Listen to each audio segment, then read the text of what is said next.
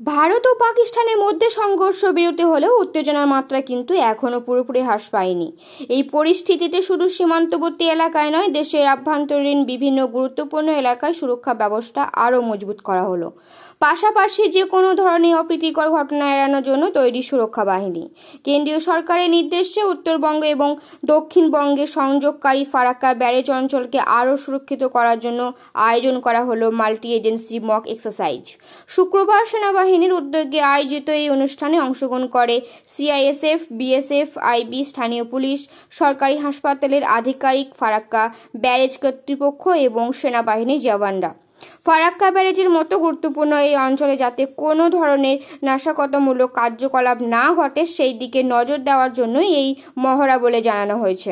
এছাড়াও যে কোনো ধরনের আপাতকালীন পরিস্থিতিতে প্রত্যেকটি এজেন্সি একসঙ্গে কিভাবে সমন্বয় রেখে কাজ করবে তার প্রশিক্ষণ দেওয়া হয় এখানে।